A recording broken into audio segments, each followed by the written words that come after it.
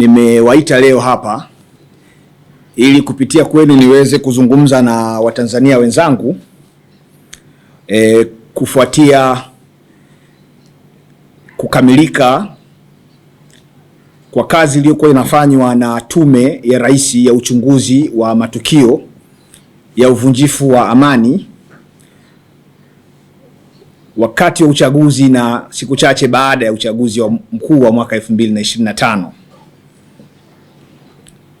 Kama ambavyo itakumbukwa, siku chache zilizopita Tume hiyo ya Rais ya uchunguzi wa matukio ya uvunjifu wa amani ambayo ilikuwa inaongozwa na Mheshimiwa Jaji Mkuu mstaafu Mohamed Osman Chande ilikabidhi ripoti yake kwa Mheshimiwa Rais Samia Suluhu Hassan, Rais wa Jamhuri ya Muungano wa Tanzania, baada ya kuwa imefanya kazi kubwa sana ya takribani siku 153 ya kupokea maoni, ushauri kutoka kwa wadau mbalimbali kutokana na hadidu za rejea ambazo tume hiyo ilikuwa imepewa.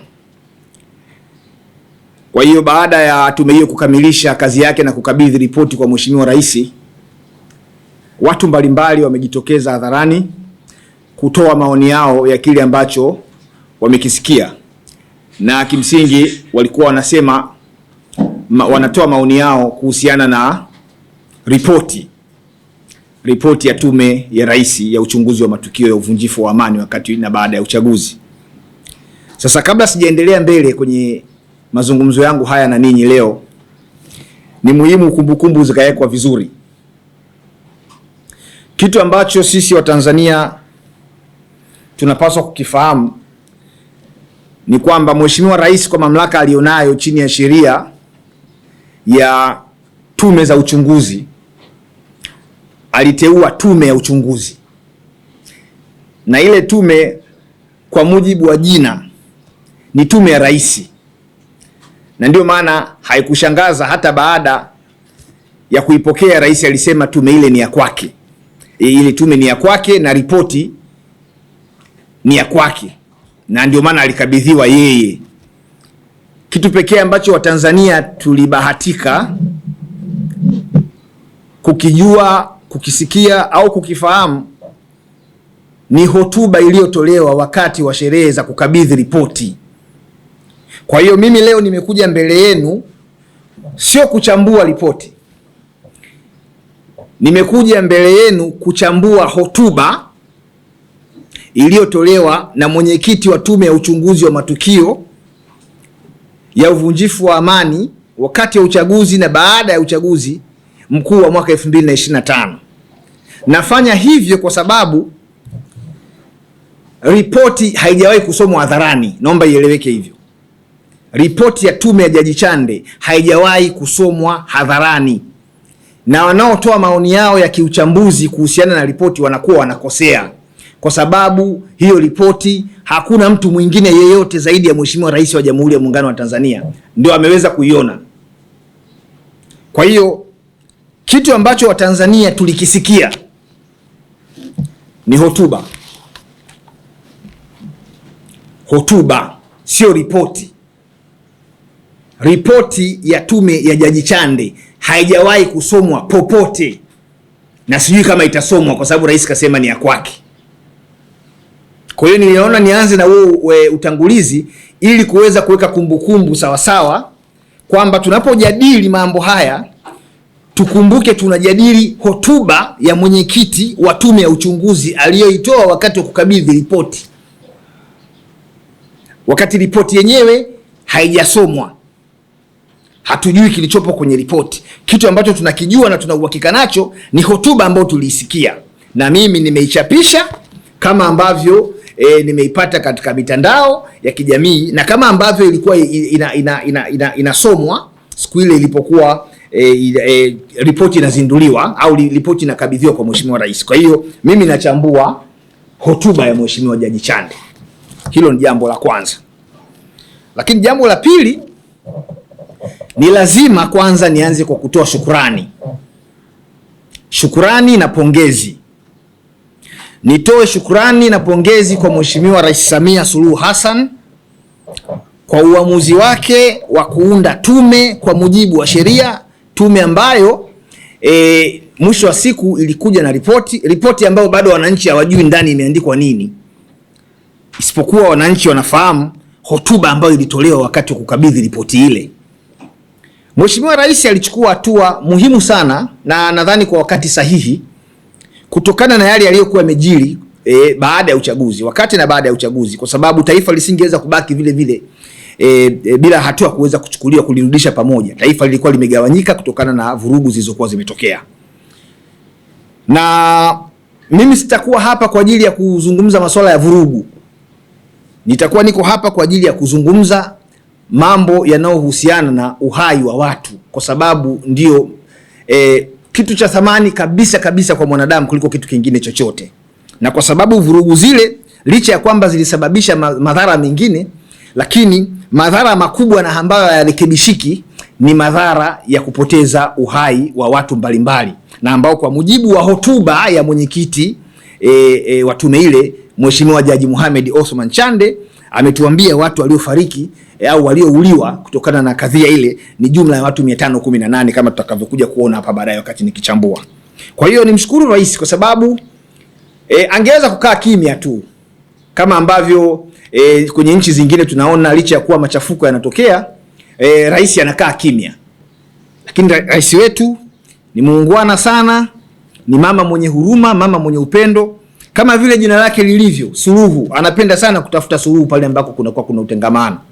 Kwa hiyo akaona kwamba ili kuepusha maneno, migogoro ambayo inaweza ikalipeleka taifa kubaya, ni bora tukubaliane tuunde tume. Akaunda tume ya watu weledi kabisa. Wajumbe wa tume ile ukianza kusoma wasifu wao mmoja, unaweza usiwe na mashaka kabisa na kile ambacho walitumwa kwenda kufanya, na pengine kile ambacho walikuja kukileta na tukaja kukijua kupitia hotuba, unaweza usiwe na mashaka. Lakini sasa kama kuna mashaka au hayapo, namna ambavyo nitachambua ile hotuba ndio tunaweza tukaona kwamba uweledi wao, uzoefu wao au wajumbe wa hiyo tume umesaidiaje mpaka sasa hivi kuliondoa taifa katika mtanziko ambao umelikumba taifa letu kuanzia mwishoni mwa mwaka jana. Kwa sababu kuwa na sifa na uzoefu ni jambo moja, lakini kutumia uzoefu wako kuleta suluhisho kwenye matatizo makubwa yanayolikabili taifa, hilo ni jambo lingine. Na mtu angeweza kutarajia kabisa kwamba kama kweli tulikuwa tuna majaji wakuu wastaafu wenye uzoefu wanaoheshimika duniani, uzoefu wao ulitumikaje kabla ya uchaguzi kuhakikisha yaliyotokea hayatokei? Kama tuna IGP mstaarabu sana, muungwana, amewahi kuwa hadi mkuu wa shirika la polisi la kimataifa Interpol, Saidi Mwema, uzoefu wake huo ulisaidiaje kuhakikisha nchi haingii kwenye vurugu, machafuko yale yaliyotokea?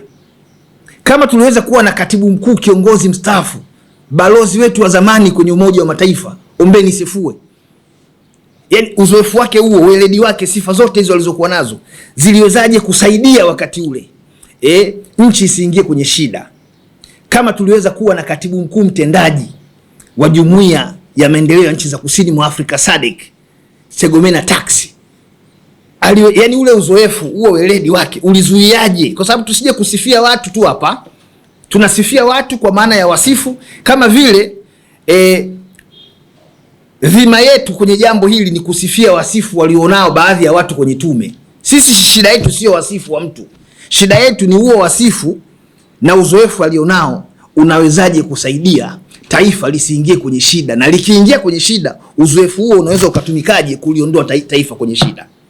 Ndio maana narudia tena kusema nitakuwa ni mchoyo wa shukrani, ni mchoyo wa fadhila kwa kuto kumshukuru Mheshimiwa Rais Samia walau kwa hatua aliyochukua ya kuunda tume. Lakini ili uweze kuelewa maudhui ya hotuba ya Mheshimiwa Jaji Chande aliyoitoa kuhusu ripoti waliokuwa wanamkabidhi Mheshimiwa Rais siku ile, ni lazima urudi nyuma. Lazima urudi nyuma mpaka siku ya uchaguzi tarehe 29 Oktoba mwaka 2025, na baada ya huo uchaguzi Yale yote yaliyotokea ndio ukiyasikiliza kwa makini, ukiyachambua kwa makini, unaweza ukaelewa sasa hiyo hotuba hii kuhusu ripoti ya uchunguzi ilikuwa ina maana gani na inaweza ikasaidiaje taifa. Wote hapa tunafahamu kwamba siku ya tarehe 29 kuanzia majira ya saa 5 na kuendelea, siku ya uchaguzi tarehe 29 Oktoba mwaka 2025, siku muhimu kabisa, nchi ikaanza kushuhudia vurugu zikiibuka katika maeneo mbalimbali ya taifa letu yakiongozwa na Dar es Salaam, Arusha, Mbeya, Songwe, Mwanza na kwingineko. Mpaka ilipofika jioni ya siku ile, tayari kulisharipotiwa uharibifu wa mali na miundombinu, lakini watu pia kupoteza maisha kwa kiwango ambacho mpaka leo idadi yake bado hakuna mtu mwenye uhakika nayo. Likatoka katazo limetolewa na mkuu wa jeshi la polisi nchini, kamanda mahiri kabisa IGP Camillus Wambura, kwamba watu wakae ndani kila inapofika saa 12 jioni ili kuweza kutoa fursa kwa vyombo vya dola au vyombo vinavyohusika kufanya kazi yake katika kuhakikisha kwamba usalama, amani na utulivu vinarejea katika hali yake ya kawaida. Kazi kubwa sana ya kutukuka ilifanyika kutokana na tangazo lile, katazo lile la watu kutoka ndani. Lina uhalali au halina, hilo ni jambo lingine, lakini mimi nataka niwarudishe nyuma kidogo katika namna tu ya kuwapeleka mbele ili muweze kuelewa maudhui yaliyomo kwenye hotuba ambayo ilitolewa siku ya ripoti ilipokuwa ikikabidhiwa pale kwa Mheshimiwa Rais. Sasa kwa kiasi fulani hali ilianza kurejea katika usalama, lakini katika amani fulani, ingawa katika maeneo mbalimbali vurugu ziliendelea kuripotiwa kwa maana ya watu kuuliwa bila sababu za msingi, licha ya kwamba maandamano yalikuwa yamekwisha kudhibitiwa. Sasa kwa nini mimi narudi kutoa pongezi kwanza kwa Mheshimiwa Rais? Mheshimiwa Rais ndio alikuwa mtu wa kwanza kuliambia taifa wakati akiapishwa kwamba nini hasa kilitokea kapelekea vurugu zile zikatokea nchini, watu wakapoteza maisha, miundombinu ya umma na ya watu binafsi ikaharibiwa, mitaji ya watu ikapotea na vitu vingine kama hivyo. Ni rais alitoa msimamo huo wakati akiapishwa. Akasema yale yaliyotokea siku ya tarehe 29 yale yalipangwa tena na watu vijana kutoka nje ya mipaka ya Tanzania. Watu walilipwa fedha kufanya kile ambacho wamekifanya. Vijana walishawishiwa. Rais analiambia taifa kwamba yaliyofanyika yalikuwa na lengo kuu moja, kuipindua serikali. Na akasema isingewezekana vyombo mahiri kabisa vya dola vikae mpaka visubiri serikali ipinduliwe na madhara makubwa yaongezeke. Kwa hiyo vyombo vichukua wajibu wake mapema, haraka na kwa weledi mkubwa kuzuia mapinduzi yasitokee. Rais anazungumza na akarudia kauli yake wakati akiongea na wazee wa Dar es Salaam kwamba msivilaumu vyombo vya dola kwa nguvu iliyotumika, kwa sababu tukio lililotokea lilikuwa ni kubwa sana na pengine madhara yake kama tukio lisingedhibitiwa pengine madhara yangekuwa ni makubwa sana. Akasema vyombo vilitumia nguvu stahiki. Vyombo vilitumia nguvu stahiki kudhibiti jaribio la mapinduzi. Na hapa nataka nitoe rai kwa Watanzania wote. Ni lazima tukubali kuvipongeza vyombo vyetu vya dola vilivyoweza kudhibiti jaribio la mapinduzi ambalo kama lisingedhibitiwa hali ingekuwa tofauti. Tumeona mifano mingi duniani na mahususi Afrika yanapotokea mapinduzi ya kijeshi au mapinduzi yoyote ya kiraia yenye lengo la kuiondoa serikali halali iliyoko madarakani, watu wanakufa na wanaoteseka sana ni wakina mama na watoto.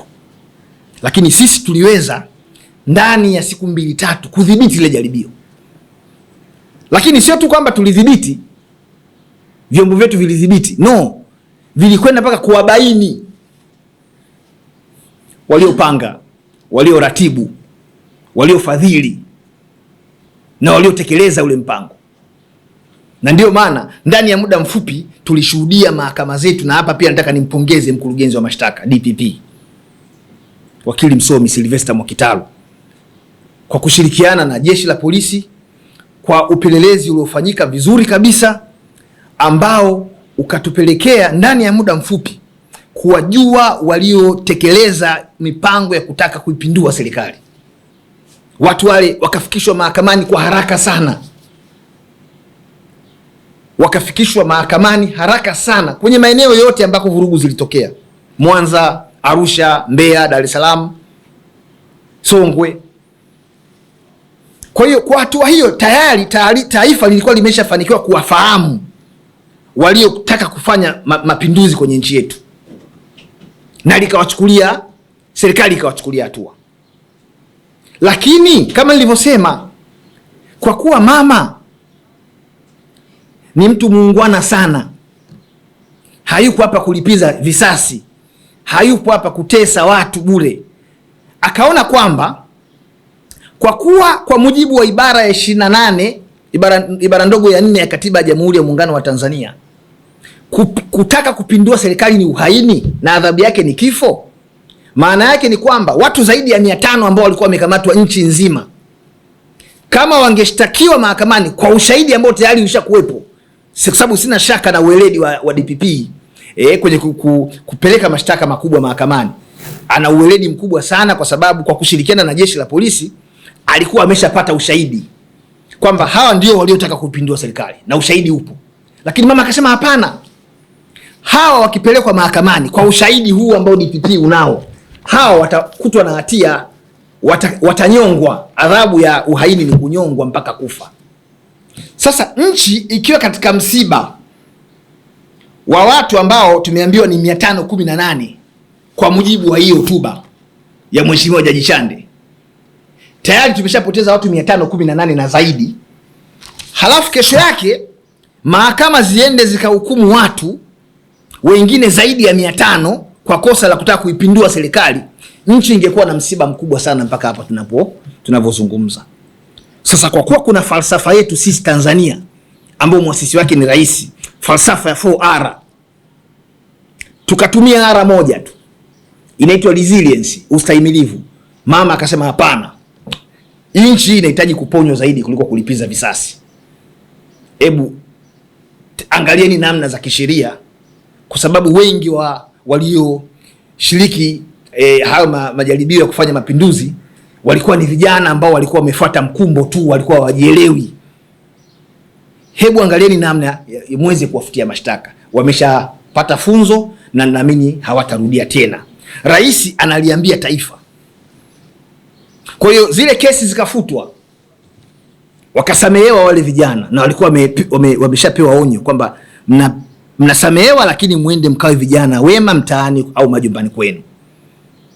Kwa hiyo mpaka hapo tumeshajua chanzo cha vurugu ni nini, ni kupindua serikali. Waliofanya ni kina nani, kwa sura na majina yao tunawajua, kwa kuwa tayari kesi ziko mahakamani. Ukienda Kisutu pale utakuta hizo kesi zipo, ukienda Mwanza utakuta hizo kesi zipo, walioshtakiwa na waliofutiwa mashtaka yao baadaye kwa lengo la kutaka kuleta taifa pamoja. Kwa hiyo unaona jitihada za Mheshimiwa Rais za kuleta taifa pamoja hazijaanza jana wakati anapokea hii ripoti ya tume ya uchunguzi. Lakini licha ya hivyo makelele yamekuwa mengi. Rais akasema hapana, hebu ngoja niende zaidi ya hapa ili niweze kuweka kumbukumbu sawa. Tuna sheria kama nilivyosema ya tume za uchunguzi. Rais akaenda kutumia mamlaka yake, akaunda tume, akachagua watu wenye historia zilizotukuka katika majukumu yao sehemu mbalimbali duniani, ndani ya serikali yetu, lakini hata katika mashirika mengine ya kimataifa duniani huko. Akawapa jukumu la kwenda kutuchunguzia nini kilitokea, ingawa tayari alishakisema, alikuwa anakijua tayari rais. Waende wakachunguze tena, alafu walete majibu. Wakapewa hadidu za rejea, na kwenye ile hotuba hadidu zile za rejea zinapatikana kwenye ukurasa zinaanzia ukurasa wa 4, ambako mwenyekiti Mheshimiwa Jaji Chande anasema Mheshimiwa Rais, jukumu kuu la tume lilikuwa ni kubaini ukweli, fact finding, kuhusu matukio ya ghasia za wakati na baada ya uchaguzi mkuu wa Oktoba 2025 kwa kuongozwa na hadidu za rejea 6 zifuatazo. 1. Kuchunguza na kubaini chanzo halisi cha ghasia zilizotokea wakati wa uchaguzi wa Oktoba 2025 na siku chache zilizofuata. 2. Kuchunguza lengo kuu lililokusudiwa na waliohusika katika kupanga na kutekeleza vitendo hivyo vya ghasia na uvunjifu wa amani. 3. Kuchunguza na kubaini madhara yaliyojitokeza kutokana na ghasia hizo, ikiwemo vifo, majeruhi, uharibifu wa mali na miundombinu pamoja na madhara ya kiuchumi na kijamii. 4. Kuchunguza mazingira na hatua zilizochukuliwa katika kubaini na kukabiliana na ghasia zilizojitokeza. 5. Kupendekeza maeneo yanayohitaji kuimarishwa zaidi ili kuongeza uwajibikaji wa viongozi na raia kwenye kulinda amani, utawala wa sheria, haki za binadamu, utawala bora na mfumo madhubuti wa majadiliano ya kisiasa, kijamii na kiuchumi hadi kufikia maridhiano ya kitaifa na kuhakikisha vurugu kama hizo hazitokei tena. Na 6. Kuchunguza jambo lolote ambalo tume itaona kuwa ni muhimu na linaendana na majukumu yake. Mwisho wa kunukuu. Sasa utaona licha ya hadidu za rejea ambazo tume ilipewa na licha ya ukweli kwamba rais alishawahi kuliambia taifa awali kwamba yaliyotokea yale lengo lilikuwa ni kupindua serikali, matokeo yake jaribio likadhibitiwa licha ya kusababisha vurugu zilizopelekea vifo na uharibifu wa mali, lakini tume iende ikachunguze tena. Sio kama mnanielewa. Yaani tume iende ikachunguze kitu ambacho tayari tumeshaambiwa chanzo chake ni nini. Na katika nchi ambazo zina adabu, akishaongea mkuu wa nchi uwezi tena wewe kuja na kitu tofauti. Yaani mkuu wa nchi akishatoa ultimatum kwamba jambo hili linapaswa kuwa hivi au lielekee hivi, wewe uwezi tena kuja na majibu tofauti. Kwa hiyo utaona hata hotuba yenyewe, kwa sababu hii sio ripoti, hii ni hotuba. Hotuba ambayo ndio ilisomwa na Jaji Chande, kwa sababu ripoti bado haijasomwa, imekuja kurudia yale yale kwamba zilikuwa ni vurugu ambazo ziliratibiwa, zilipangwa, zilifadhiliwa na kutekelezwa na watu wenye mafunzo. Sasa swali linakuja, nchi yetu hii, nadhani katika nchi za maziwa makuu, lakini pia katika nchi za kusini mwa Afrika, kusini mwa jangwa la Sahara na kaskazini mwa mto Limpopo, nchi yetu inaongoza kwa kuwa na intelijensia kubwa sana. Na ukitaka ujue, waambie Chadema watangaze maandamano hapa uone kama intelijensia haijafanya kazi. Chadema watangaze maandamano kama kesho watafanya mkutano wa hadhara, utasikia tu taarifa za kiintelijensia zimesema kwamba huo mkutano wenu una lengo la kuvunja amani, kwa hiyo umefutwa au utafanyika. Ndio tumezoea sisi kuona vyombo vyetu vikifanya kazi yake hiyo kwa kutumia intelijensia. Hotuba ya Mheshimiwa Jaji Chande inatuambia watu hao waliotekeleza jaribio la kutaka kupindua serikali halali ya Jamhuri ya Muungano wa Tanzania walikuwepo nchini miezi 6 kabla ya mwezi wa 10. Na mafunzo yalikuwa yanafanyika katika nyumba moja ambayo nyumba hiyo ilikuwa umbali wa mita 10 kutoka kilipo kituo cha polisi. Yaani umbali wa mita 10 kutoka kituo cha polisi kulikuwa kuna nyumba ambayo ndani yake kuna vijana wanaopewa mafunzo ya kuja kufanya jaribio la kupindua serikali ya Tanzania. Alafu polisi hawajui. Mimi nikiambiwa kati ya Rais Samia na Jaji Chande na muamini nani, mimi nitakwambia mimi namuamini Rais Samia. Mimi siwezi kumwamini Chande kwa sababu vyanzo vya taarifa vya Chande haviwezi kuwa sawa na vyanzo vya taarifa alivyonavyo rais. Watu wamevuka mpaka, rais anatuambia, kutoka nje ya nchi wameingia ndani ya nchi hii miezi 6 kabla ya uchaguzi. Vyombo vya dola vimekaa tu. Yaani tunaingiliwa, watu wanakuja wanafanya mipango yao, wanakuja kuitekeleza na kila kitu. Tunapoteza watu zaidi ya 500. Hatujui kama nchi imevamiwa. Ndio maana watu wanapokuja kudai uwajibikaji sio ugomvi binafsi uliopo kati ya wananchi na watendaji wa vyombo vya dola ambao leo wako madarakani. Hapana. Ni dhana tu ya kuonyesha kwamba nchi ipo katika utawala bora, utawala unaofuata sheria. Tuna mfano sisi hapa mwaka 1977 mwezi Februari, Rais Mwinyi alijiuzulu wakati akiwa waziri wa mambo ya ndani. Na akina Peter Siovelo, akina Peter Kisumu walijiuzulu. Hata babake Pasco Mayala alijiuzulu. na hatua zilichukuliwa.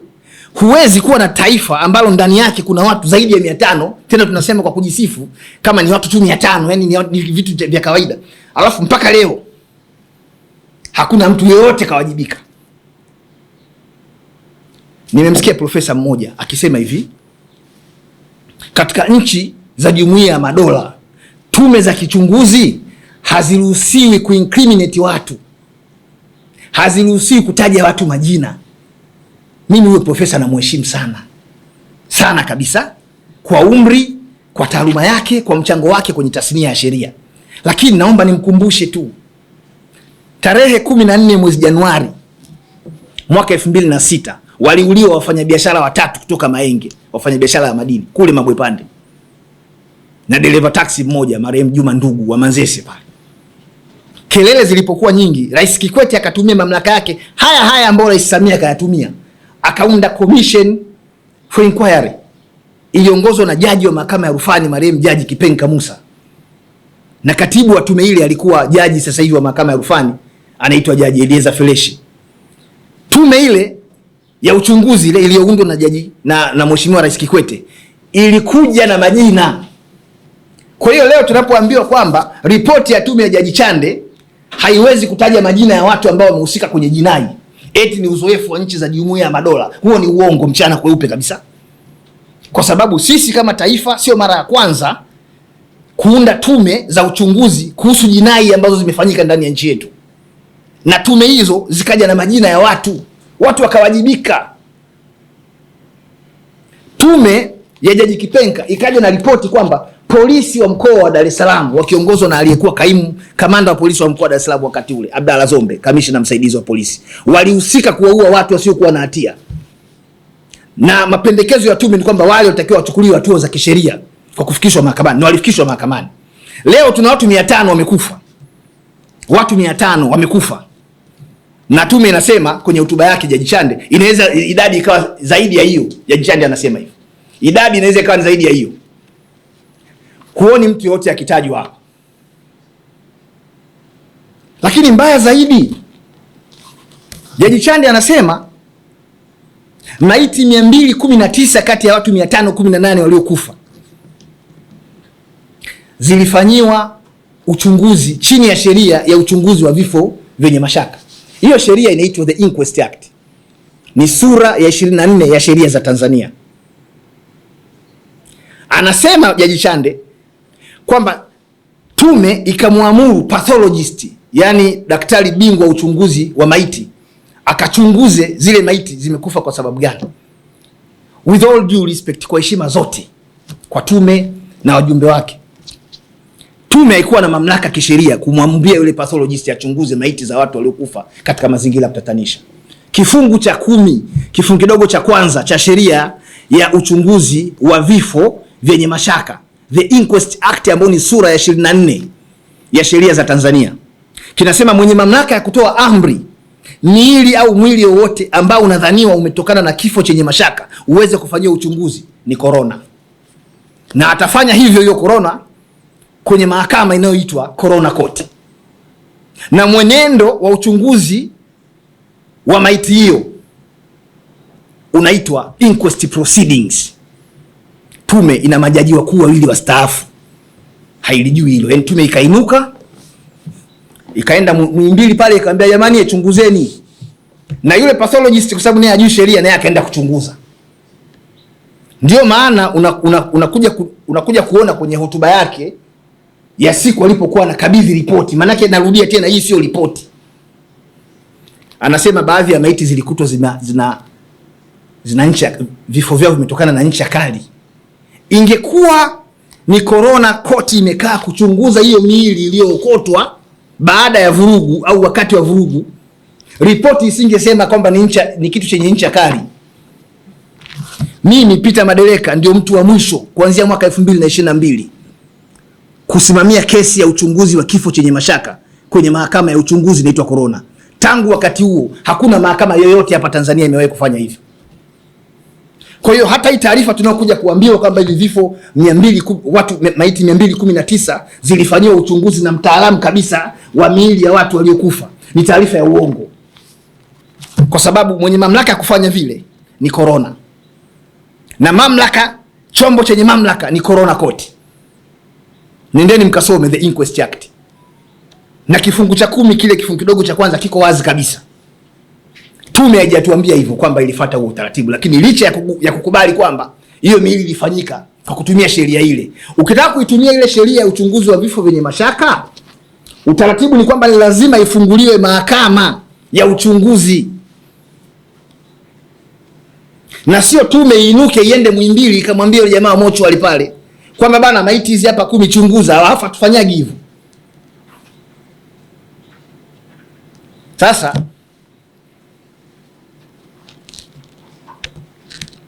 hilo nitaka niliweke wazi kwamba huo utaratibu uliotumika ndio ukazaa hii taarifa.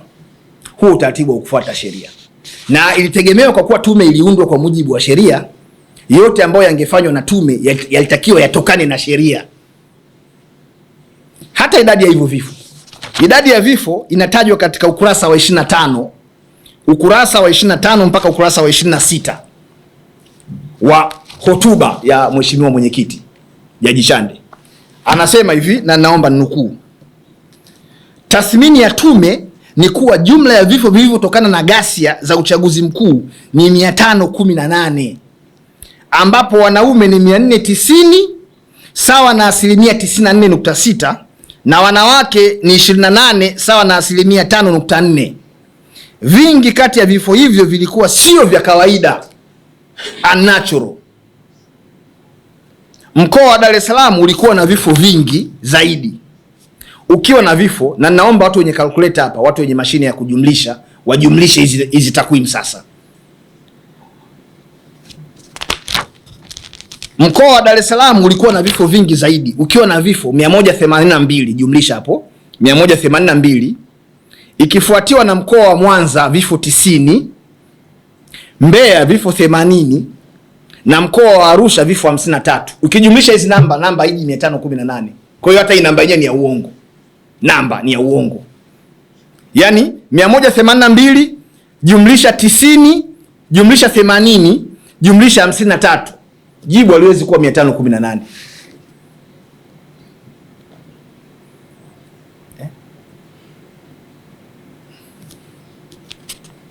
Sasa narudishe nyuma kidogo. Awali niliwaambia wakati Mheshimiwa Rais Samia anaapishwa kuwa rais wa Jamhuri ya Muungano wa Tanzania kwa kipindi cha pili cha awamu ya 6, alisema nguvu iliyotumika na vyombo vya ulinzi na usalama kudhibiti jaribio la mapinduzi ilikuwa ni nguvu stahiki. Tume inatuambia kwamba polisi hawahusiki.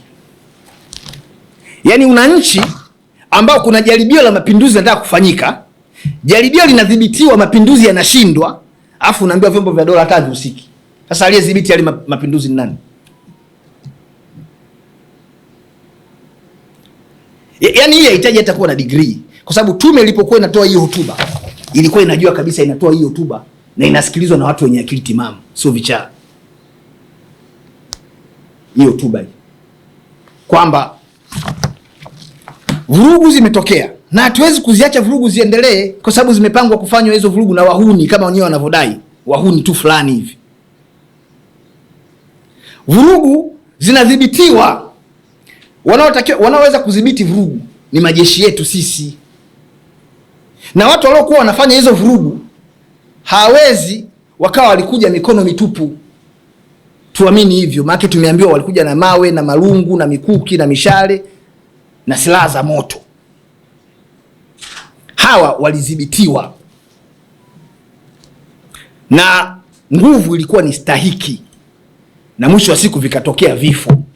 Unawezaje ukasema jeshi la polisi au vyombo vingine vya dola katika eneo hili tu kwamba havihusiki, licha ya kwamba nguvu iliyotumika ni kubwa au ni ndogo? Hilo ni jambo lingine, lakini unawezaje kuviondoa kabisa wakati rais anavipa sifa na sisi wananchi tunatakiwa tutoe kongole, kwa sababu vinginevyo tungekuwa tunaongea mambo mengine. Ripoti inasema vile vyombo bana vilikuwa vihusiki. Unaona? Kwa hiyo kuna wakati ukianza kufuatilia mambo yaliyotokea kuanzia tarehe 29 Oktoba 2025 mpaka leo, usipochanganyikiwa utakuwa una neema ya Mungu. Yaani ukiwa unafuatilia haya mambo, kwa sababu kila siku kuna taarifa mpya.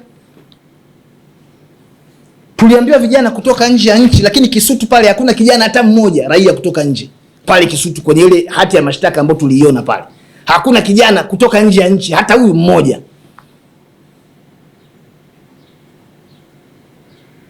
Na mimi siwezi kuamini taarifa za kuokoteza. Mimi naamini taarifa rasmi zinazotolewa na mamlaka sahihi ya serikali ambaye ni Mheshimiwa Rais. Kwa hiyo utakuta hapa idara ya uhamiaji hapa ambayo inahusika na udhibiti wa mipaka na namna gani wageni wanaweza kaingia na kutoka, lazima iwajibike. Iwajibike. Tumeshaambiwa kuna watu kutoka nje waliingia. Kuna watu walipwa fedha. Jana nimemsikia makamu mwenyekiti wa Chama cha Mapinduzi, Mzee Wasira, mzee mkongwe kabisa ambaye anaijua hii nchi ndani na nje, juu na chini. Anakwambia wale waliolipwa zile fedha sio mainjinia, kwa sababu huwezi kumlipa injinia shilingi 10,000, 50 au milioni 5 aende akaandamane. Mzee Wasira manake anakubali watu walilipwa. Watu wanawezaje kulipwa? Yani sisi yani watu vyombo vimekaa tu basi, walau kwa kushindwa kutimiza wajibu waandike barua tu. Unajua inawezekana watu ambao wataki kujiuzuru wataka wambebeshe lawama rais. Mtu yote muungwana anayempenda rais kwa haya yaliyotokea, unaamka asubuhi kama ulipewa heshima ya kuteuliwa kushika uongozi kwenye chombo fulani, kwenye taasisi fulani, unaamka asubuhi unaandika barua, Mheshimiwa Rais nakushukuru kwenye hili, ili wewe usafishike, ili wewe uwe salama. Mimi naomba niwajibike kwanza kwa hiki ambacho kimetokea. Niwe na makosa ama sina makosa, hayo atakuja kujulikanaga mbele. Na mbele akija kujulikana kwamba ulikuwa una makosa, huwezi kubaki hivi hivi. Ndio maana Mheshimiwa Alhaji Ali Hassan Mwinyi baada ya kujiuzuru mwaka 77 alikuja kuwa rais wa Tanzania, kwa sababu kila mtu alijua kwamba mzee Mwinyi hakushiriki chochote katika yale yaliyokuwa yametokea wakati ule. Lakini sasa leo kuna shida imetokea, na bahati nzuri ripoti inasema hivi, hii hotuba hii inasema hivi, hawajataja majina kwa sababu mamlaka za kiupelelezi, mamlaka za kiupelelezi zipo kazini wakati wote. Mamlaka za kiupelelezi ziko kazini wakati wote, hazijazuiwa kufanya majukumu yake. Sasa kama mamlaka za upelelezi zipo kazini wakati wote, mamlaka hizo zilishindwaje kujua kwamba kuna chumba fulani, kuna nyumba fulani pale chini mita 10 kutoka kituo cha polisi kuna watu wanafanya mafunzo ya kupindua serikali? Ni upelelezi gani huo kama sio afterthought? Leo tunataka kuunda tume tena nyingine ya upelelezi. Sisi tulishasema yanapotokea matukio kama haya, na si kila wakati tunapotoa maoni yetu tunatoa maoni haya kwa nia mbaya, hapana. Tulikuwa tuhitaji kupoteza fedha, tulikuwa tuhitaji kupoteza muda katika kipindi hiki. Tungeunda kitu kinachoitwa Judicial Commission for Inquiry, yani ni tume ya kimahakama ya uchunguzi, ambako ndani yake ina mamlaka ya kuwaita watu kuja kutoa ushahidi. Tume inatuambia ilikusanya ushahidi, imehoji watu 63,000 na ikapata ushahidi. Hakuna ushahidi ambao unaweza ukawa reliable, yani ukategemewa katika kufikia hitimisho, ushahidi ambao hauna madodoso, yani cross examination. Report hotuba hii inatuambia hivi, kuna watu walikwenda kutoa ushahidi kwa njia ya kiapo, kwa maana ya affidavit. Ukishatoa affidavit, hiyo affidavit ni lazima iwe countered, lazima ipingwe na kiapo kingine kinzani, ndio unakuwa ushahidi umekamilika. Alafu tunaiachia mamlaka sasa inayopima credibility ya huo ushahidi. Huu sio ushahidi, hao walipata taarifa. Kuna tofauti kati ya information na evidence. Hii sio evidence. Sisi tuna sheria hapa Tanzania, sheria ya ushahidi ambayo ni sura ya 6 ya sheria za Tanzania, the Evidence Act. Inaeleza mambo haya, namna gani ushahidi unapaswa kutolewa, namna gani ushahidi unapaswa kutumika katika kufikia hitimisho kwenye shauri ambalo liko mahakamani. Sasa hii tume ya uchunguzi ilikuwa sio mahakama, Na kama ilikuwa sio mahakama, ilikuwa haina uwezo wa kupokea ushahidi, ilichokipokea ni taarifa. Naomba tuelewane hapo. Tume ya uchunguzi ilikuwa sio tume ya kimahakama. Na kama ilikuwa sio tume ya kimahakama, ilikuwa haiwezi kupokea ushahidi. Kwa sababu huwezi kupokea ushahidi kwa jambo ambalo sio kesi. Ushahidi uliopokelewa mahakamani kuthibitisha au kupinga madai yaliyoko mahakamani yanayobishaniwa na pande mbili tofauti. Ndio tunapokea ushahidi sasa. Huyu anasema hiki na huyu anasema hiki. Hii ilikuwa ni tume ya uchunguzi. Kwa hiyo tume ya uchunguzi huwa inakuja na taarifa. Inapokea taarifa kutoka vyanzo mbalimbali. Sasa taarifa inaweza ikawa ni ya uongo au inaweza ikawa ni ya ukweli. Lakini hapa tunataka kuaminishwa kwamba taarifa ambayo tume ilikuwa ikipokea, ambayo eti ni ushahidi, ni ukweli. Tume wakati inaanza kazi yake, tume ilianza kufanya kazi kwa kurusha mubashara proceedings zake. Ilikuwa inarusha shughuli zake mubashara, live. Watu wanaenda pale wanatoa taarifa zao, sio ushahidi, taarifa, kwa sababu wale watu walikuwa hawaujiwi kidodoso, kwa maana ya kufanywa cross examination. Kwa hiyo walikuwa wanapeleka taarifa za upande mmoja. Kuna bibi alienda kutoa taarifa pale kwenye tume, alipelekwa mochwari akiwa mzima. Taarifa hiyo bibi huwa hivi amna, licha ya kwamba watu waliona mubashara kwamba bibi anatoa taarifa yake mbele ya tume, akiamini yale anayoyatoa kwenye tume yatakuwa ni sehemu ya ripoti ya tume. Kwenye hotuba yake Jaji Chande hajaongelea kabisa hiyo taarifa.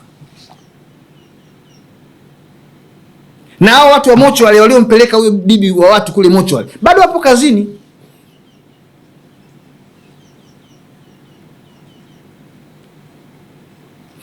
Kuna mama anaonekana, anajulikana anapokaa, alisema mume wake alitoka nje kuangalia tu kinachoendelea huko ndani. Alipigwa risasi mume wake. Taarifa ya huyo mama hapa hamna.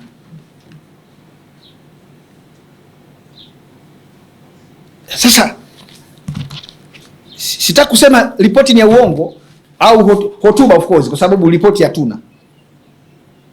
Lakini ndio tumepewa hiyo hotuba tuichambue. Ripoti hatuwezi kuichambua kwa sababu sio mali yetu.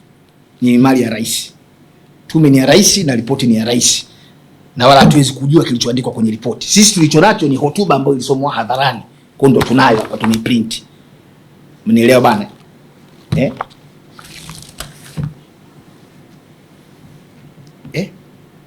Huwezi kuzungumza vifo vya watu waliokufa katika mazingira yenye mashaka ukaacha kuunda corona court. Mahakama ya uchunguzi haipo hapa. Ndio watu tulisema mwanzo kwamba jamani, sikilizeni, tusipotezeane muda, tuunde tume ya kijaji itakayo watuhumu watu in the first place. Kazi ya jeshi la polisi ni kulinda raia, usalama wa raia na mali zao. Kama raia 500 hawako salama mpaka wanakufa, wataka kuniambia majukumu ya polisi hapo yametekelezwa ipasavyo? Na anayepaswa kuulizwa hapo ni nani? Kwa hiyo huyo ndio anatakiwa kwanza aitwe sasa, ajieleze yeye huo wajibu wake alitekeleza kiasi gani. Tunaanzia hapo, naye atamtaja mwingine, hivyo tunaenda mpaka watatajana huko. Alafu mwisho wa siku tunapata hitimisho, alafu tunakuja pamoja. Haiwezekani. Mimi nimeshangaa sana, yani Jaji Chande anaenda kumwambia mtu wa mochwari achunguze miili, wakati Jaji Chande ni mwanasheria ambaye amebobea sana, anajua kabisa namna gani miili iliyokufa au miili ya watu waliokufa katika mazingira ya kutatanisha inavyopaswa kuchunguzwa. Hajalifanya hilo, yeye kaenda kutoa amri kule, chunguzeni hii miili 219, anasema kwenye hiyo hotuba yake. Sasa haiwezekani.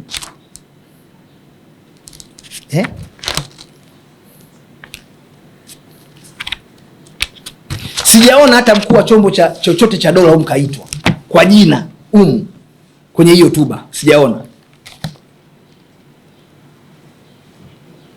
Lakini hata zile picha ambazo zilikuwa zinasambaa kwenye mitandao tumeambiwa ni za AI.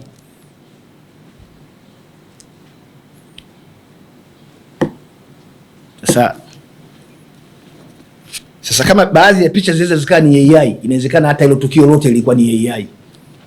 Yaani tunaambiwa kwamba tarehe 29 kulikuwa kuna uchaguzi, kuna vurugu. Inawezekana hata hizo vurugu ni AI, sio vurugu. Kwa nini tuamini tu upande mmoja kwamba pale ambako pengine picha zinawatuhumu watu fulani, zinaonyesha watu fulani, ile ni AI, lakini inapokuja picha za matukio mengine ndio tutasema ile hapana, ile sio AI, ni ukweli. Kwa mimi natarajia Mheshimiwa Rais atakapoamua kuchukua hatua ya kuunda hiyo tume ya kuchunguza, ya kupeleleza hiyo, hii tume ingepaswa kuwa tume ya kijaji, na tunao uzoefu, wako watu credible kabisa ambao wanaweza wakaifanya hiyo kazi wakaja vizuri kabisa na matokeo ambayo hatatiliwa mashaka. Nchi tunataka itoke hapa ilipo, na haiwezi kutoka hapa ilipo kwa hizi jitihada za zimamoto, tunafunika tunafunua, haiwezekani.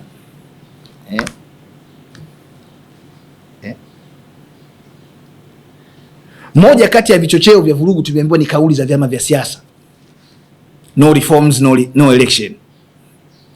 Oktoba tunatoka, Oktoba tunatiki. Waliozitoa hizo kauli tunaona ni mtu mmoja tu ndio kashikiliwa, mtu huyu mmoja,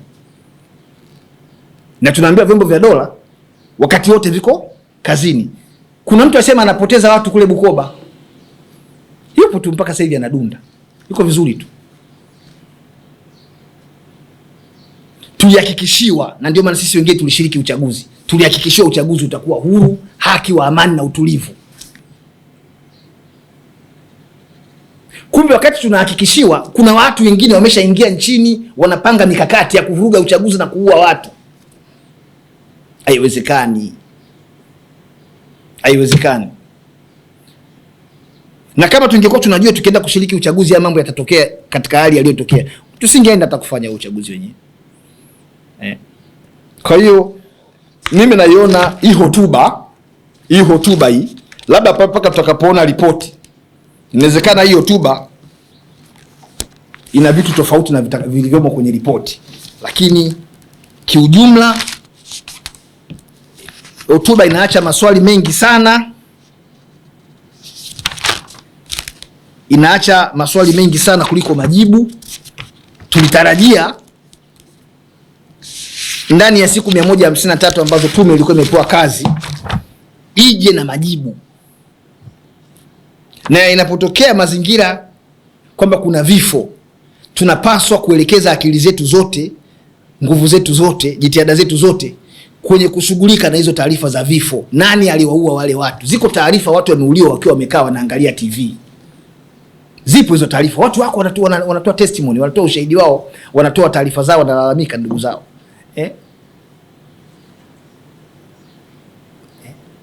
Tutarajia kuona hii idadi ambayo wanasema watu 410 na ngapi walichukuliwa na ndugu zao. Tuone hiyo register, labda pengine ipo kwenye ripoti, kwa kuwa hii ni hotuba isingeweza kukidhi matakwa yote hayo ambayo ripoti inapaswa kuwa. Lakini sasa kama tunakwenda kukabidhi ripoti, kwa nini tuende tukasome hotuba? Yaani swali lingine ni siku ya kupokea ripoti, lakini kinachosomwa sio ripoti, inasomwa hotuba. Na kwa bahati mbaya hiyo ripoti hatuwezi kuiona tena. Kuhusu watu kutekwa, tume imezungumzia watu kutekwa na ikasema vyanzo vya watu kutekwa viko vingi, mojawapo mapenzi. Katibu wa umoja wa vijana wa CCM wa mkoa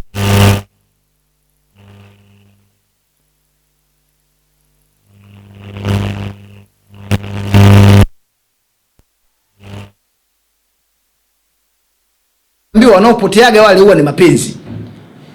Swali basi ni mapenzi. Kwa hiyo polisi imekubali kabisa kwamba mtu anaruhusiwa kutekwa kwa sababu ya mapenzi. Yaani kuteka mtu inakuwa leo ni halali kama tu atakuwa anatekwa kwa ajili ya mapenzi.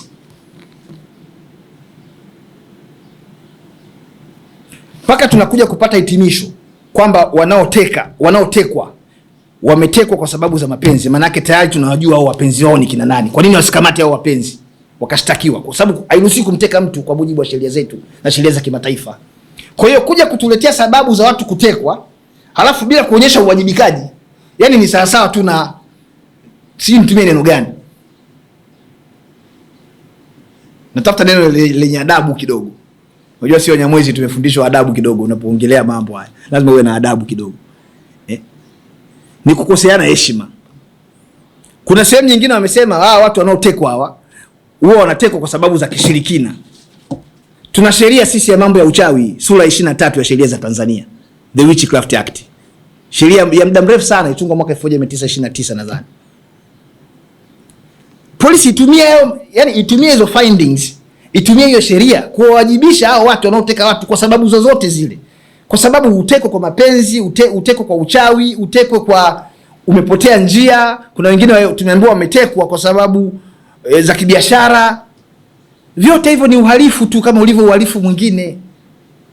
Sasa badala ya kuja kuambiwa hatua zilizochukuliwa kudhibiti utekaji, tunabariki utekaji kwa kutaja sababu za utekaji. Na mimi nadhani tunalichukulia swala la utekaji, kupoteza watu, kirahisi sana, kwa sababu pengine hawa wanaofanya hivyo wao wanadhani wanakinga na maumivu hao ambao wenzao wanapitia, familia zao wanapitia, za watu wanaopotea. Tume imekuja na mapendekezo. Maridhiano. Kuna kazi kubwa sana inatakiwa kufanyika kueleza hii kinachoelezwa hapa kwenye hiyo hotuba kwamba tunatakiwa kuridhiana. Tunaenda kuridhiana nini? Tunaenda kuridhiana na nani?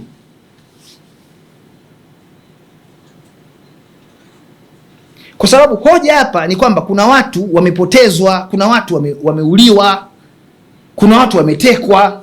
Ndio hoja iliyoko hapa. Hakuna hata mtu mmoja analalamika hapa kuhusu sijui kuna daraja limevunjwa, sijui mabasi ya mwendokasi yamechomwa. Kwanza tumeshapata mabasi mengine mapya, yale ya Moffat yale, kama hujawahi kuyapanda. Mabasi tumeshapata mengine, vituo vya mwendokasi tumeshajenga vipya na tunaendelea kujenga.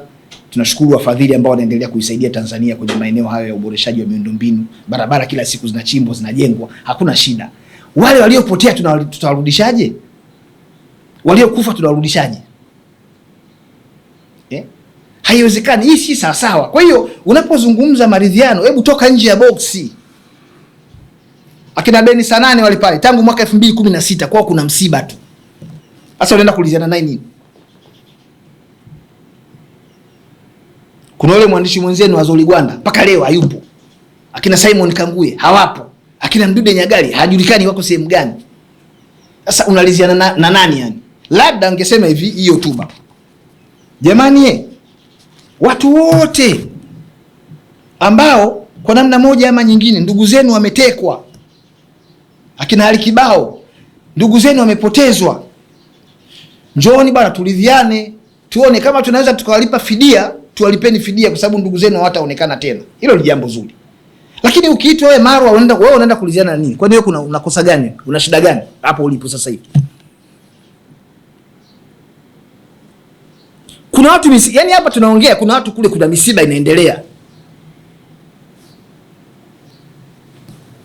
Eneo moja ambalo nimefurahi kwenye hotuba hii na lakini pia commitment ya Mheshimiwa Rais kwamba kuna fidia itatolewa. Kuna mama kauliwa, watoto wake watu wadogo wakaanza kulamba hadi damu pale. Tunaona kwenye zile video. Labda ziwe ni AI kwa sababu zinatembea kwenye mitandao na siku hizi mambo ni mengi. Lakini kwa sababu tumeambiwa kuna fidia itatolewa, basi zifanyike jitihada za kwenda kuwatafuta hao watu waliopoteza ndugu zao, walipo fidia, na isifanyike ujanja hapa wakatokea ujanja wachache wakaenda kufaidika kwenye matatizo ya watu wengine. Wanasema kufa kufaana. Watu 500, tume imeenda kuhoji watu 63,300. 63,603.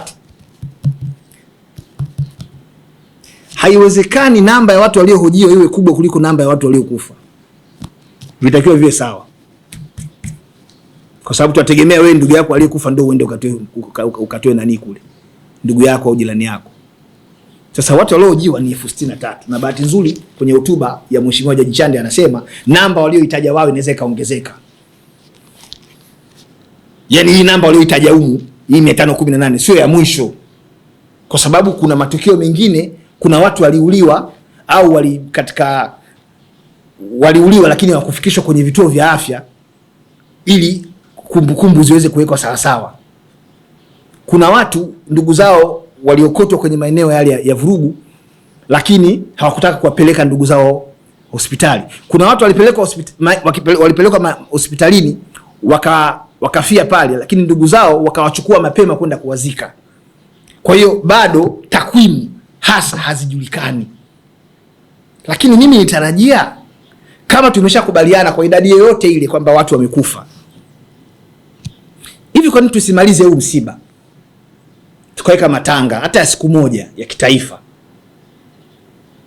Yaani mimi nakumbuka mwaka 2006 walipokufa wale watu 4 kule Mabwepande, nchi nzima ilikuwa kama iko msibani, watu 4 tu walikufa. Ni mpaka pale tulipochukua hatua za kisheria ambazo zilikwenda kuhitimisha lile jambo kwa watu kuwajibika kisheria mahakamani, ndio msiba ule ukao umeisha. Leo tuna watu 518 tunavodai. Huu msiba kwa nini hauishi tukapeperusha hata bendera nusu mlingoti kwa heshima ya zile damu ambazo zimepotea bila kuwa na hatia yoyote? Badala yake tunasema tutaunda tume. Damu iliyomwagika siku zote huwa inalia. Hata hizo tume tutakazoziunda zinaweza zisiwe na mafanikio yoyote katika taifa hili kama tutachukua jitihada za makusudi kumaliza huu msiba. Hata hiyo katiba tutakaotengeneza inaweza isiwe na maana kabisa, kwa sababu kuna damu zimemwagika. Lakini waliomwaga hizo damu ni kina nani? Kuna wakati jeshi la ulinzi liliambiwa lijiandae na uchaguzi. Mimi ndo mara ya kwanza kusikia jeshi likaambiwa lijiandae, kuna uchaguzi unakuja. Sasa nikajiuliza, uchaguzi huwa ni vita au ni tukio la kidemokrasia la kiraia ambao ni fursa kwa wananchi kuchagua viongozi wao? Kama nchi haipo vitani, jeshi linajiandaa kufanya nini kwenye uchaguzi? Kwa sababu kwenye uchaguzi, kama nchi ipo kwenye amani, na tumeambiwa uchaguzi ulifanyika kwa amani na utulivu. Huu uchaguzi ambao watu 518 walikufa, tumeambiwa ulifanyika kwa amani, usalama na utulivu, katikati ya matukio ya watu 518 kupoteza maisha.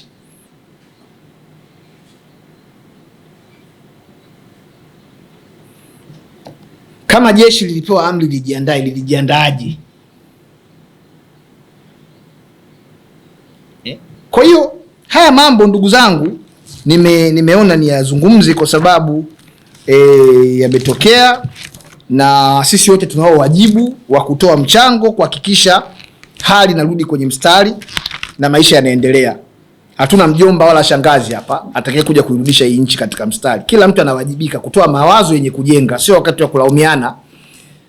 kulaumiana, ni wakati wa kuhakikisha kwamba tunatoa mchango kuhakikisha hii nchi inaenda mbele, na kila mtu ataubeba msalaba wake mwenyewe, lakini msalaba huo watu waubebe kwa haki.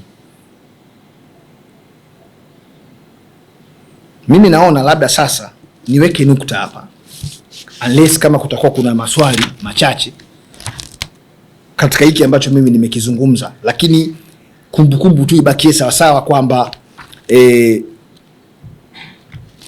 nilichokifanyia uchambuzi ni hotuba ya mwenyekiti wa tume wakati akikabidhi ripoti.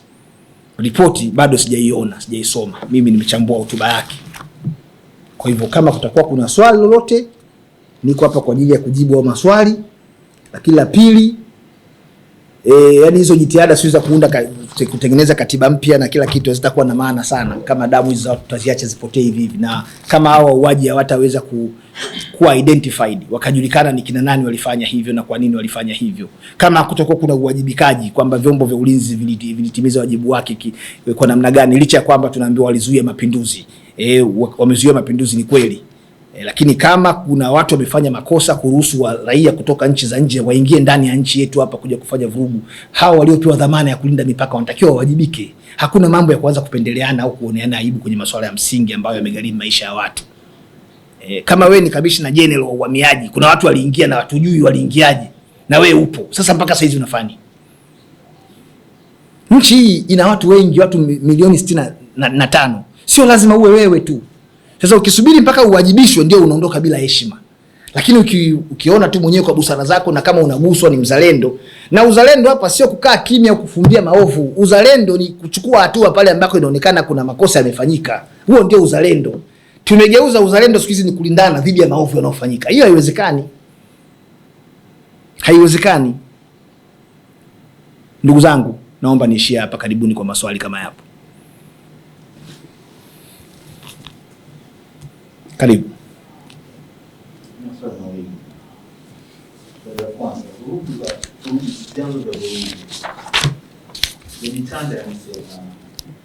Vurugu zimepangwa zikafadhiliwa, lakini anasema tume haikuwa na namna ya kueleza nani alipanga na nani alifadhili. Katika mazingira haya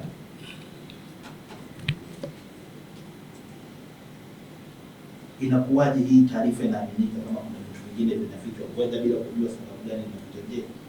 Zilikuwa ni sababu za msingi alizozitumia kuficha hiyo mtu au wapangaji na wafadhili? La pili, vyanzo vya vurugu kiachana na vichochezi, Mchanga alisema rushwa, kukosekana kwa ajira, ndio vilifanya vijana wakachocheka. Kwa nini sasa kwa maoni yako wale wala rushwa kuna mahali wamelaumiwa kwenye hiyo taarifa, ila wanakuja kulaumiwa wale waliochochea wale watu ambao wanachukia rushwa? Swali tatu, kuundwa kwa tume ya uchunguzi ya jinai kama alivyoisema kabisa, umesema hii sio njia sahihi.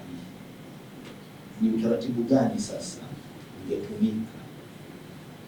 Kwa sababu Jaji Chande kuna jinai anaiona, kwa hiyo hakuwa na mamlaka ya kuchunguza jinai.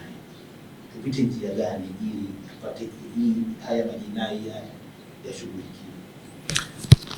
Kwanza tukianza hilo swala la mwisho, ni jambo la kusikitisha sana kuona kwamba tume inapewa mamlaka kwa mujibu wa sheria iende ikachunguze jambo ambalo ndani yake ni jinai kuanzia mwanzo. Kuchoma moto vituo vya mafuta ni jinai. Kuharibu miundombinu ya usafiri ni jinai. Kuua watu ni jinai. Alafu tunateua tume ambayo tunajua haina mamlaka kwenda kuchunguza jinai. Alafu inaleta ripoti afu inasema yenyewe haina mamlaka ya kuchunguza jinai. Bado hujachanganyikiwa tu hapo? Yaani jambo lililotokea ni jinai. Kuua watu jinai, kuchoma vituo vya mafuta ni jinai, kuchoma miundombinu, mabasi na kila kitu, vituo vya mwendokasi, hiyo yote hiyo ni jinai.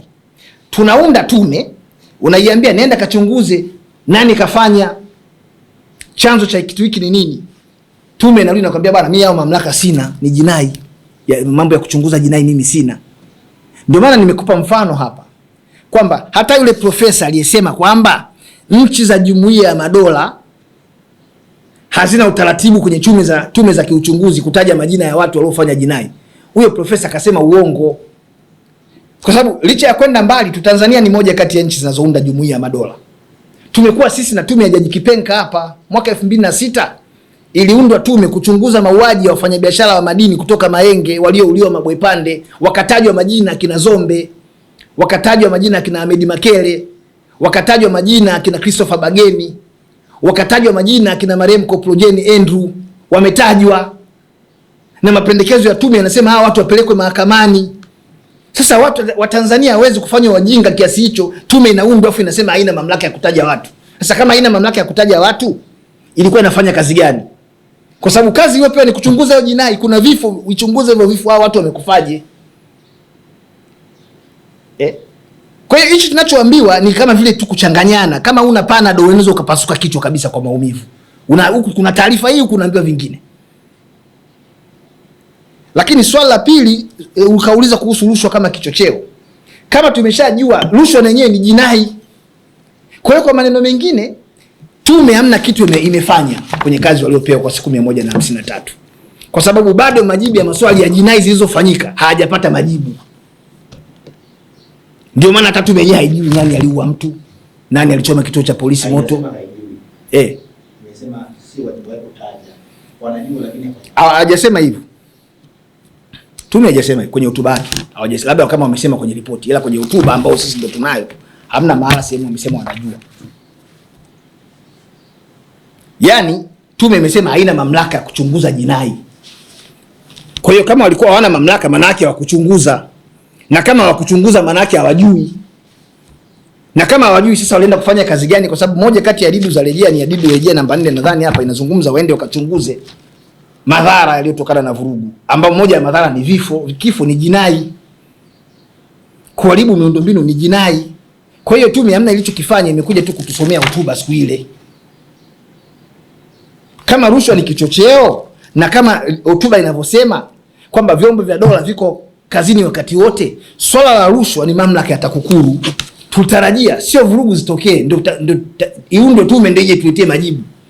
TAKUKURU inatakiwa kuwa kazini kama inavyokuwa kazini wakati wote, kutuambia kwamba kuna watu wamekamatwa na rushwa ya uchaguzi, kuna watu wamekamatwa na rushwa ya kuchochea. Sio kama umenielewa eh? Intelligence ipo, polisi wana intelligence yao, commission ya intelligence inaongozwa na Charles Mkumbo, commissioner wa polisi. Kuna idara ya usalama wa taifa. Lakini inapokujaga swala la vitishio vya kiusalama ndani ya nchi, vyombo vyote huwa vinashirikiana. Kwa hiyo tuna vyombo vingi sisi, tuna zima moto, tuna magereza, tuna polisi, tuna usalama, tuna JWTZ, vyote hivi. Yaani vilishindwa kuona rushwa zinatolewa watu waende wakaandamane kwa shilingi 10,000, shilingi 5,000, shilingi 50,000. Hotuba inasema kuna mtu aliahidiwa atapewa milioni 5 imtoe kimaisha. Vyombo havijui. Na tunaposema vyombo, hivi ni trained vyombo. Watu wamesomeshwa, watu wana weledi, watu wana uzoefu wa kutosha, mpaka vitu vinatokea. Kwa hiyo ndio maana nimesema kuna wakati ukiwa unafuatilia sana ya mambo kwenye vyombo vya habari na nini, unaweza ukachanganyikiwa kabisa. Kwa mfano, wale watu zaidi ya 500 ambao tuliwakamata, wale walikuwa wanafanya uhaini, wale vijana wale waliofuata mkumbo wale, sio walisamehewa? Sasa duniani umeshawapata tayari waliofanya hiyo jinai, utapeleka mahakamani. Unataka jinai gani nyingine? Duniani kote ushasikiaga wapi muhaini kasamehewa? Muhaini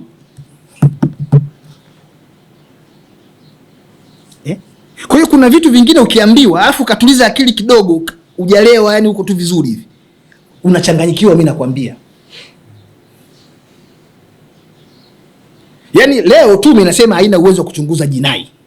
Vyombo vya dola vitachunguza jinai na tutaunda tume ya kuchunguza hiyo jinai, lakini tunao tayari waliofanya hayo makosa. Labda tuambie wale walioshtakiwa siku ile, wale hawakuwa waliofanya haya mambo tuliwasingizia, tunakuwaonea. Sasa wewe unataka uchunguze jinai afu mkamate nani sasa, wakati ulishawakamata watu wengine afu ukawasamee? Na kama tayari tumetumia 4R kuwasamee wale wengine 500 na ngapi, si tutumie yeye 4R, tuachane na haya mambo ya kuchunguza jinai. Tunachunguza nini? Tuachane na hiyo, tubaki kwenye maliziano. Kama tumeona ndio itatuvusha hapa, tuliziane tu basi, baada ya aishi. Lakini huwezi kuliziana bila kumjua aliyefanya kosa na aliyefanyiwa kosa ni nani. Tunawajua tu watu upande mmoja, waliofanyiwa, waliofanya. Sasa labda wale wanaotaka maridhiano ndio waliofanya makosa. Likiweko pia hilo wazi, itasaidia kurahisisha maridhiano yaweze kuonekana yana nia njema ya kulitoa taifa hapa lilipo. Lakini mimi bado sijaelewa, yani mantiki ya kuunda tena tume ya kupeleleza jinai ili tuje tuwapeleke watu mahakamani kwa sababu walifanya jaribio la kutaka kupindua serikali, ambao ni uhaini, ambao tayari awali tulishakuwa na hao watu 500 alafu tukawasamehe. Sijui kama mnanielewa waandishi wa habari. Yaani mimi sioni mantiki ya kuunda hiyo tume ya upelelezi. Sioni hiyo mantiki. Lakini vurugu zilipangwa, zilifadhiliwa. Zilipangwa na nani sasa? Kwa sababu tume kama inasema ilipokea taarifa au ilipokea tu ushahidi kutoka kwa watu waliohojiwa, hakuna mtu ambaye anaweza kwenda kwa tume akafika tu akaiambia tume sikilizeni bwana, zile vurugu zilipangwa hivyo hivyo, nukta, imeishia hapo. Vurugu ziliratibiwa, ikaishia hapo. Vurugu zilifadhiliwa, ikaishia hapo.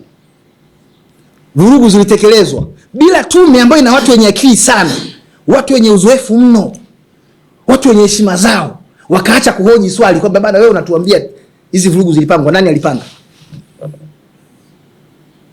Tuambie. Si umeleta taarifa, ina maana wewe ulioleta ndio unajua. Si kuna watu walifadhili, ndio tuambie ni kina nani waliofadhili. Tume haiwezi kujua watu waliongwa shilingi 10,000 waandamane bila kujua aliyetoa hiyo shilingi 10,000 ni nani. Na kama ilikuwa inaonekana kwamba kwenda huko ni jinai, haina uwezo wa kwa nini ilikubali sasa kupokea majukumu? Kwa sababu kuua mtu, hawa watu hawakufa kwa malaria. Hakuna mahala popote kwenye hotuba ya Mheshimiwa Jaji Chande amesema hii hawa watu 518 walikufa kwa malaria. Hawa watu waliuliwa. Sasa kama umeambiwa ukachunguze hawa watu waliuliwa kwa sababu gani, wewe unakuja kutuambia mimi sina uwezo wa kuchunguza jinai, kiunde tena chombo kingine kikachunguze jinai. No, ndio maana mimi nimesema hivi, mimi mchango wangu ambao sio lazima wauchukue, tuachane na haya mambo, si vurugu zilitokea, haya mambo tuachane nayo, tujikite tu kwenye hii isi kubwa. Watu waliokufa kwanza ni wangapi? Kwa nini waliuliwa? Unajua dunia inatushangaa, kama tumekamata watu 500 na zaidi, watu 500 tukawapeleka Kisutu pale mahakamani, hawa ndio wahaini. Hivi unajua muhaini adhabu yake ni nini? Muhaini adhabu yake ni kunyongwa hadi kufa. Tumewasamea wale. Hawa sasa ambao tumewazika, kosa lao ni lipi? Ukisema kosa lao ni uhaini, tutakuuliza mbona hawa wahaini wengine uliwasamea? Ukisema kosa lao ni lingine tu, kuiba kuku, tutakwambia kuiba kuku mtu astahili kuuliwa. Na ndio maana kama mapinduzi yalidhibitiwa na wakakamatwa waliotaka kufanya yale mapinduzi, mkondo wa sheria ulichukua hatua dhidi yao. Vinginevyo tutawalaumu watu bure. Bado hazijathibitika hizi sababu tunazoambiwa, bado hazijathibitika. Sehemu pekee ya kuzithibitisha hizi ni mahakamani. Ni mahakamani na sio sehemu nyingine yote. Watu wanapanga, wanaratibu. Hotuba ya Jaji Chande inasema mita 10 kutoka kituo cha polisi kuna nyumba ilikuwa inafundisha vijana. Mita 10 kutoka kituo cha polisi. Na ngoja sasa nikwambie kwa taarifa yako, muundo wa jeshi la polisi umeenda hadi kwenye kata.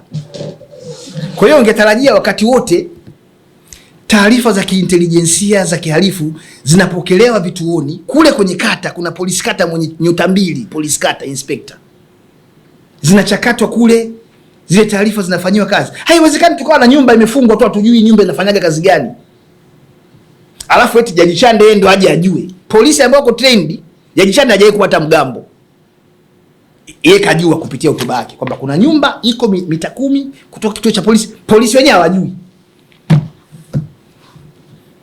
Kwa hiyo hizi sababu ambazo tunaambiwa na Jaji Chande kwamba zimetokana na ushahidi, huo sio ushahidi. Ushahidi lazima upingwe, lazima uwe challenged kwa kutumia taratibu za kisheria kama zilivyoainishwa kwenye sheria ya ushahidi, sheria namba 6, sura namba 6 ya sheria za Tanzania.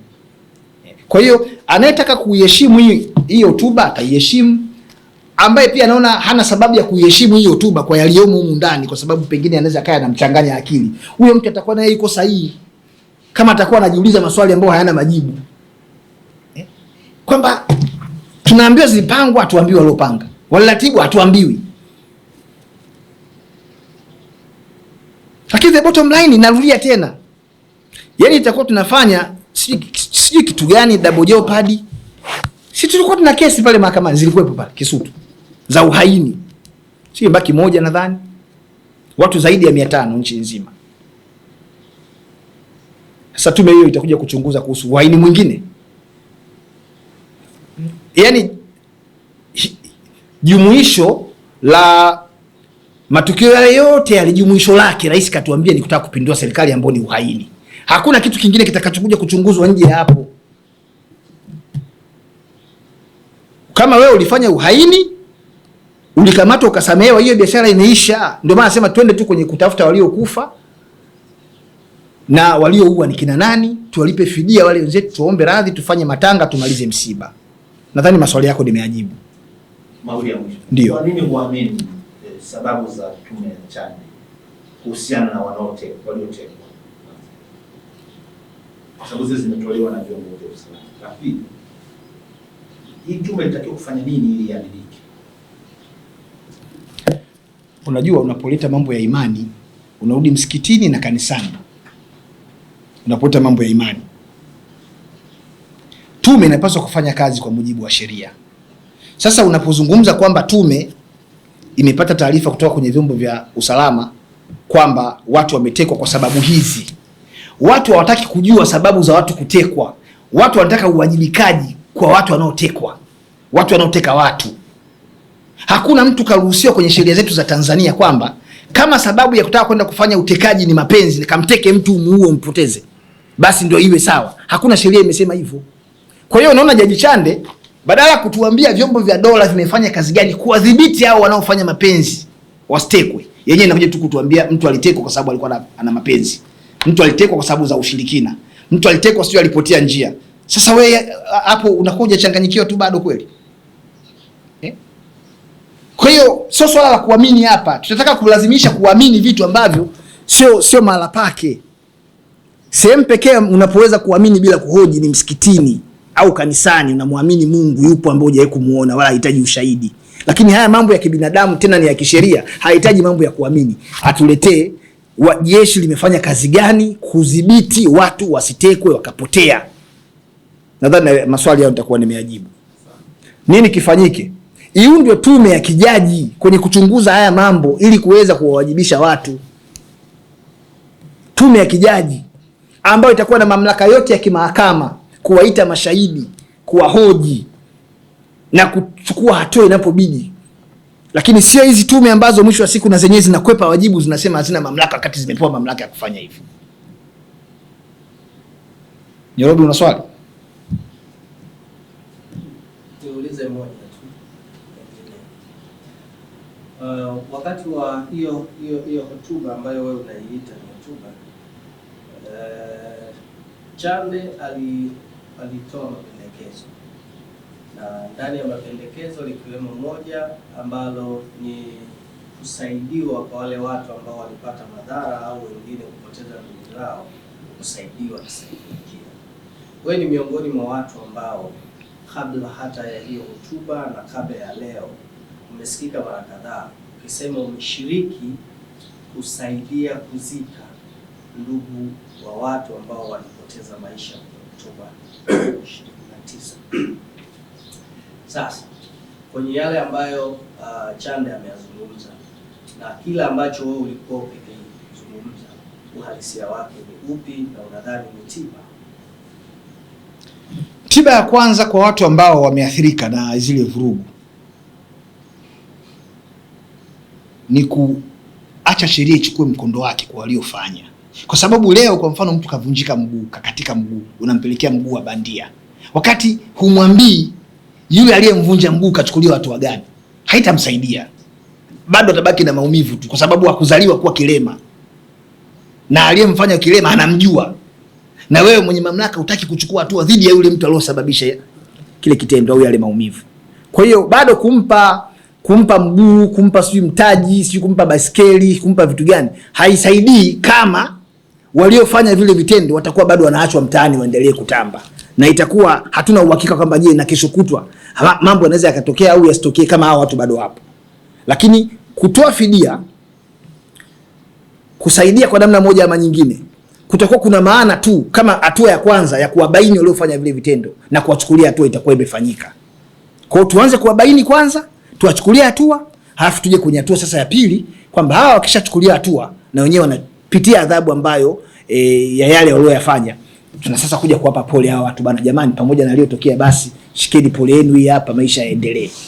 Lakini kusema tuko kwenda kutoa pole, kutoa baiskeli, kutoa viungo bandia inasaidia wakati hatuoni hatua za kiwajibikaji, hiyo haitasaidia kitu. Maswali yameisha.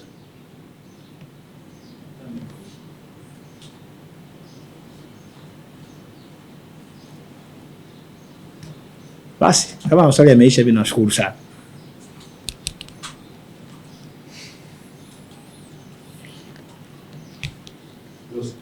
Lakini moja labda kabla hujamaliza, sijui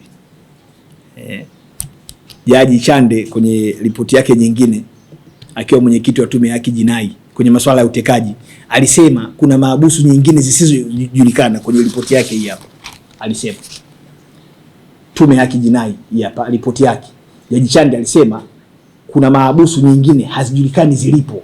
Kwa hiyo inawezekana watu wanatekwa wanapelekwa kwenye mahabusu zingine ambazo hazijulikani. Na ndio maana ukienda polisi mtu amekamatwa, lakini naambiwa sisi polisi hatunaye huyo mtu, ila amekamatwa na watu walimfuata nyumbani kwake wakasema wao ni polisi.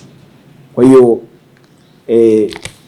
ukijumlisha ripoti iliyopita ya haki jinai ukaja ukasoma na hii hotuba ambayo kaitoa wakati anakabidhi ripoti yake ya uchunguzi wa matukio ya uvunjifu wa amani, unaona bado kuna mkanganyiko tu mkubwa sana. Kwa hiyo bado kuna kazi kubwa inapaswa kufanywa na mamlaka husika kuhakikisha kabisa kwamba haya mambo ambayo yamelifikisha hapa taifa hayajirudii tena, kwa kuchukua hatua zinazopaswa kuchukuliwa kwa mujibu wa sheria. Asante.